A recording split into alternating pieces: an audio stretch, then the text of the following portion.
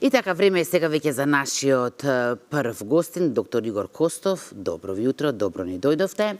И Слободанка, неговата домаќинка, која што е паталец во однос на оваа тематика и проблематика, така што е добро упатена и сигурна сум дека ќе има добри прашања. Секако дека да, добро утро. Како сме?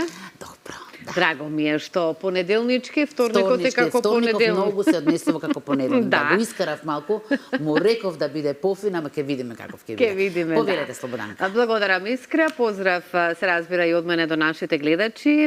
Добро ви утро и секако низ нашата утринска програма, впрочем како и секогаш, разговор во студиото и како што Искра најави, доктор примариус доктор Игор Костов. Добро утро и добре ни дојдовте. Добро утро на вас. Благодарам што ме викнавте денес во студиото и голем поздрав на гледачите на Алфа телевизија. Секако оваа тема е неизбежна со оглед на тоа дека веќе секоја трета жена се соочува со оваа проблематика, меѓутоа тука спаѓаат веќе и мажите. Меѓутоа знаете ли како ја секогаш вака вие кои што ни доаѓаат доктори од медицината, многу сакам да ве прашам како ви започнува едно утро или како ви започнува денот за да ја придобиете она енергија која што ви е потребна во текот на работниот ден. Со оглед на тоа дека професијата не е лесна. Обично со тегобите за попуштени вени разговараме во период на летото, но тоа не значи дека и во зима нашите пациенти немат овие проблеми. Енергија добиваме од тоа што веднаш кога се појавиме на работа, ги добиваме своите работни должности, па сутринското кафе имаме можности да разговараме за следниот ден и начинот како ќе го решаваме. Што значи дека кафето е добро дојдено во утринските часови за расанување.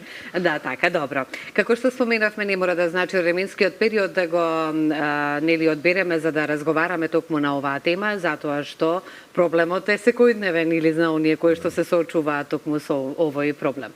Меѓутоа, ајде, сепак постои и третман и одиме напред во медицината, така и кога се однесува и за васкуларната хирургија. За сите жени кои што во овој момент не слушаат ова утро, еве, кој ќе биде советот и што е она што ние сега ќе го истакнеме како поважно или како по многу битен третман за варикозните вени. Меѓутоа, зошто еве за почеток да започнеме и на таа тема, се појавуваат варикозните вени? Варикозните вени се вечен придружник на човековото битие, на неговото исправување на две нозе, тоа што гравитацијата е она што е кривецот за појавата на варикозните вени. Тоа значи гравитационно индуцирано заболување, при што тежината на крвта слегува во најдолните делови на телото и ги полни овие вени. Има еден борец кој се бори против таа гравитација, тоа е мускулната пумпа на нозете. Оне момент кога мускулната пумпа на нозете нема веќе да влијае на крвта, нема да ја пумпа добро, тоаш таа крв заостанува долу во нозете и почнуваат тие вени да страдаат. Кога ова долго време трае, се јавува едно заболување кое се вика хронична венска болест и појава на оние вени, што ги знаеме, попуштени вени, прво као отоци на нозете, потоа капилари, па ретикуларни вени и на крајот попуштени вени. Така. Попуштените вени предизвикуваат какви најмногу од проблематиките со кои што се соочуваат еве сите оние кои што ги имаат овие варикозни вени и попуштените вени? Што е она што нив најмногу им смета покрај естетскиот, се разбира, изглед? Индивидуално секој пациент кажува различни симптоми. Значи сепак е индивидуално, не е за сите еднакво. Апсолутно. Но сепак некои симптоми доминираат. Така. Најчесто се јавува отокот, кој се јавува и во раните фази на болеста. Со текот на годините се јавуваат и болките. Болките се карактеристични за вените што се по подоснежниот дел на денот. Не се јавуваат наутро нозете се одморни, пациентите се добри, немат отоци, но при крајот на денот се јавуваат отоци и се придружени со болки. Исто така, болката знае да се јавува и во мирување при спиење, да ги буди пациентите. Топлината во нозете е исто така карактеристична за оваа заболување. Со подоснежниот развој на болеста се јавува и црвенило. Црвенилото е најчесто карактеристично во долниот дел на ногата, од натрешната страна, каде што со текот на времето се јавуваат и промена во бојата. Тој е еден процес кој се јавува и тој не може да се спречи доколку пациентот со време не дојде на доктор и се преземе нешто со неговите проблеми со вените. Тоа значи дека сепак сите вие докторите апелирате токму на тоа, еве и од ваша страна како васкуларен хирург, на време, се што е на време може да се лечи или па да не биде подолг процес на лекување исто така за сите од некои што се соочуваат токму со овој, да кажеме, здравствен проблем. Вие сте веќе долги години тука со токму во оваа професија, отприлика точно колку? Па скоро 30 години. 30 години, да. И токму затоа сакав да прашам со оглед на долгиот временски период. Што е напредно сега во медицината? Еве ние споменавме и изборувавме за тоа кои се причинителите, односно нели за она што го појаснивме како настануваат проширените вени. Меѓутоа ние индивидуално како што можеме и дали ние предизвикуваме исто така за да кажам по-не добра состојба со варикозните вени? Дали индивидуално може тоа да го сториме сами на себе? Па најбитно од све што секој човек може да се грижи за своето здравје и да придонесе тоа здравје да биде подобро. Со тоа што ќе одржуваме некој нормален начин на живот, што значи редовна физичка активност, грижда за собственото тело, намалување на телесната тежина, носење еластични компресивни чорапи. Ние најповеќе ќе се помогнеме со тоа што и оној момент на одење на доктор и третирање на своите вени ќе го одложиме за некои поточни времиња. Пред да почне пациентот сам да се лекува, многу е битно да се јави во амбулантата кај васкуларниот хирург, каде што ќе биде прегледан, биде направена таа колодопна сонографија, каде што ќе се види состојбата со вените. А потоа, советите на лекарот ќе бидат најдобри за пациентот, индивидуално според неговата состојба и неговите градуси кои ги има со таа болест. Так, сега, тука веќе доаѓаме до оној дел од разговорот, каде што ќе појасниме на сите оние кои што се соочуваат со овие здравствени проблеми. Знам како е за жена со варикозни вени, за третманот на истите. Како што кажавме, 30 години веќе сме во оваа медицинска гранка, како васкуларен хирург, сте направиле многу операции и така натаму. Меѓутоа, што е напреднато сега во медицината од оваа страна на технологијата, да кажам, кога дали се олеснува сега процедурата и да споменеме нешто и околу тој процес? Во последната година и пол, веќе почнавме да работиме со нови техники, нови апарати за лекување на ова заболување. Тука посебно ќе спомнем радиофреквентната аблација на вените, со која лекувањето на вените стана многу поедноставно и за пациентите или за лекарите. Дојдоме ситуација каде што најголем број на пациентите се лекуваат со радиофреквентна аблација, а многу мал дел се лекуваат со стар добар метод на оперативен зафат, така?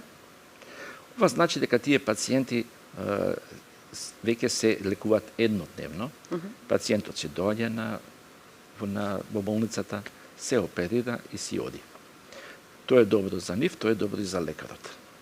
Се намалува потребата од болнички денови, се намалува времето за кое време се оперираат пациентите, а секако и побрзо се враќаат на работното место. Бидејќи ако порано времето на боледување траеше околу 3 недели, сега веќе пациентите за недела дена, 10 може дена да се во состојба кога може да се вратат на секојдневните активности. Исто така, новите процедури ги продолжуваме со употребата на вена блок, цијанокрилатот, познатиот лепак за вени, кој се уште не е влезен во секојдневна пракса, али полека почнуваме да го применуваме и во нашата болница. Така, да споменеме во болницата, во градската болница Свети Наум Охридски. Свети Наум Охридски, да, тука сте вие за помошниците за оние кои што се соочуваат токму со овој проблем. Сега кажавме за овој нов метод. Јас очекувам сега и нормално да ве прашам кои се резултатите од пациентите и како се тие задоволни од овој нов метод на оперативен зафат кој се практикува во вашата болница. Кој го применувате вие, секако. Аблација веќе ја применуваме повеќе од година дена. Направивме некаде околу 120-130 операции од оваа процедура. Имам недели каде што имаме целиот оперативен програм, за еден ден правиме по 5-6 операции со радиофреквентна аблација, што беше незамисливо со оние стари хируршки методи. Тоа е добро, бидејќи пациентите се многу задоволни со оваа процедура. Се завршува брзо, најчесто анестезијата е локална анестезија, нема лежење долготрајно во болница и пациентите брзо се враќаат на работа на секојдневните активности. И тоа е најдобриот фидбек кога следната недела доаѓаат за контролен преглед, што пациентите едноставно се немат некои значителни тегоби. Дојдовме до оној одговор каде што ние сега видиме дека ите како има решение за сите оние кои што се соочуваат со проблеми, туку еве и споменуваме колку е напредната и во медицината, токму и овој метод на оперативен зафат кој го практикувате во вашата болница. Овој метод е една термичка процедура, при која со зголемена температура, со еден катетер кој се внесува во вената се гори, се предизвикува јатроген тромбофлебит која запушува таа вена и ја исклучува од циркулацијата. Самиот организам ги пренасочува крвта во здравите вени. Така да што, за разлика од оние процедури кои ја вадевме вената, овој пат вената останува во телото, али се исклучува од циркулацијата, со тоа што се предизвикува помала траума за ткивото. Така, за да не представува проблем во понатамошниот тек. Така. Имаме сега, мора тоа секако да разграничиме, оние кои што се соочуваат со помали, да кажеме, здравствени проблеми околу варикозните вени, меѓутоа има и оние кои што се соочуваат со поголеми проблеми или попуштени, да кажеме, вени. Разликата има тука некоја што се однесува за оперативниот зафат или може да се примени истиот метод и кај едните и кај другите? Апсолутно постои голема разлика, бидејќи секој пациент, пак ќе кажем, дека индивидуално се лекува. Кога пациентот дојде на преглед, се прави таа колодопресонографија и се проценува напреднатоста на неговата состојба. Секако дека прво почнуваме да ги лекуваме пациентите со компресивни чорапи, со хигиенодиететски режим, со вежбање, а потоа, доколку состојбата гледаме дека не се подобрува, тогаш на пациентот ги предлагаме процедурите кои се индивидуално според неговата состојба.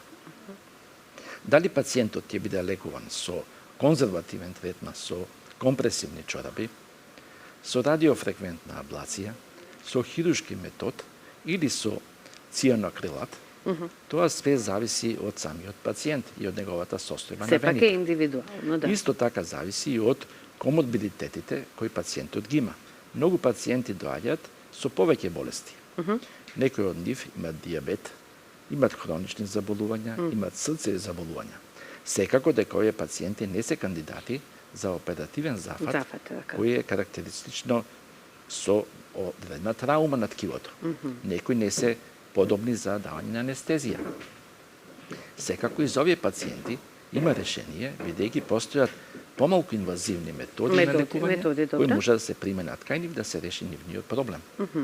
Сега ни истекува времето, но убаво ние се разговараме и сигурна сум дека допираме до сите оние, со оглед на тоа дека кажавме многу има и жени, меѓутоа и мажи кои што се соочуваат токму со овој проблем со варикозните вени, меѓутоа не се толку опасни доколку се е на време, така? Абсолютно. И ги лекуваме на време и во прави раце, што се вели, токму кај вас, како што кажавме и многу оперативни зафати, многу случаи, разноразни, секој, како што напоменавме, индивидуално за себе.